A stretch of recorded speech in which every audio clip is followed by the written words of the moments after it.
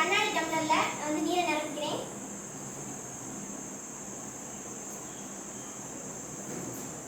இப்போ நான் வந்து இந்த பென்சிலை போடுறேன். உங்களுக்கு எப்படி தெரியுது பாருங்க.